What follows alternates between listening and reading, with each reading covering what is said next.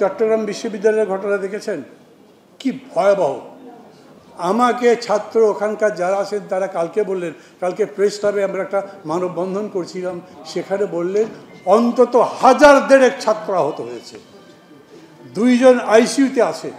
স্বপনকে আমি দেখলাম, ও চট্টগ্রাম বিশ্ববিদ্যালয়ের ছাত্র ছিল, আমাদের চট্টগ্রামের নাগরিক ঐক্যের আহ্বায়ক। সে বলল 2 জন যে আইসিইউতে আছে তারা যে কোনো সময় মারা যেতে পারে। মারা যদি যায় তারপর? পরশুর আগের রাতের সন্ধ্যায় ঘটনা ঘটেছে, ছোট্ট ঘটনা। অনেকেই এটাকে অনেকভাবে রাজনৈতিক চেহারা দেওয়ার চেষ্টা করেছেন, কিন্তু একটু বেশি রাতে 2 জন ছাত্র বাসায় এসেছিল।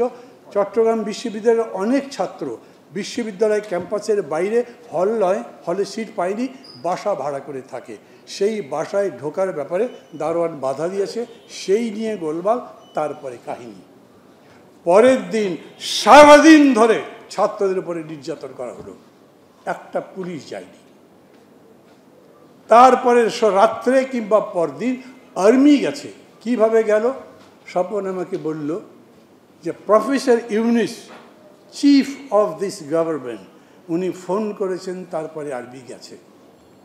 আমার মাথার মধ্যে একটা প্রশ্ন, ধরেন ভোটের দিন, শিয়া বাটার ও ভিটামিন ই সমৃদ্ধ লিলি বিউটি সোপ, তারুণ্যময় উজ্জ্বল ত্বকের জন্য। রিমার্ক 5টা 10টা সেন্টারে খুব মাস্টার টাইপের শক্তিশালী বড় নেতা আছে, তারা বলে দিল, তারা গিয়ে ভোটের বাক্সগুলো কোমরে নিয়ে হাঁটতে হাঁটতে চলে গেল। পুলিশ বাধা দেবে? দেবে?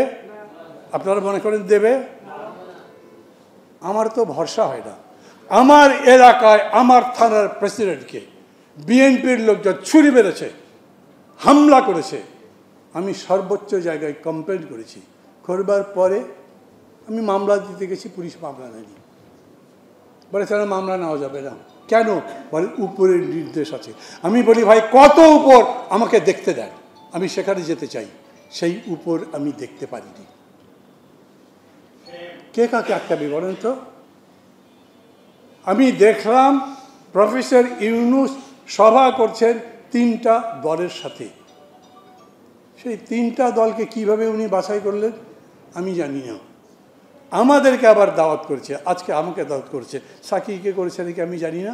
সাইফুর হক সাহেবকে জিজ্ঞেস করলাম, উনি বললেন না ভাই, আমি অত বড় অনুগ্রহভাজন হইনি, আমি দাওয়াত পাইনি। আচ্ছা, গণতন্ত্র মঞ্চের আর কেউ পেয়েছে? আর কেউ পাইনি। আচ্ছা, তারপরেও আমাকে যখন দাওয়াত করেছে, হ্যাঁ দিয়েছে, তো আমি তো ভাবছি যাব। কি বলেন আপনারা? কেন যাব বলি, ওই 3 জনকে ডাকবার পরের বক্তব্য প্রফেসর ইউনুসের, উনি ঘোষণা করেছেন দৃঢ়তার সঙ্গে আগামী ফেব্রুয়ারিতে নির্বাচন হবেই। আমি এখন যাব, মানে এখন 5টায় সভা, গিয়ে তাকে জিজ্ঞেস করবো, স্যার ভোটটা কিভাবে হবে।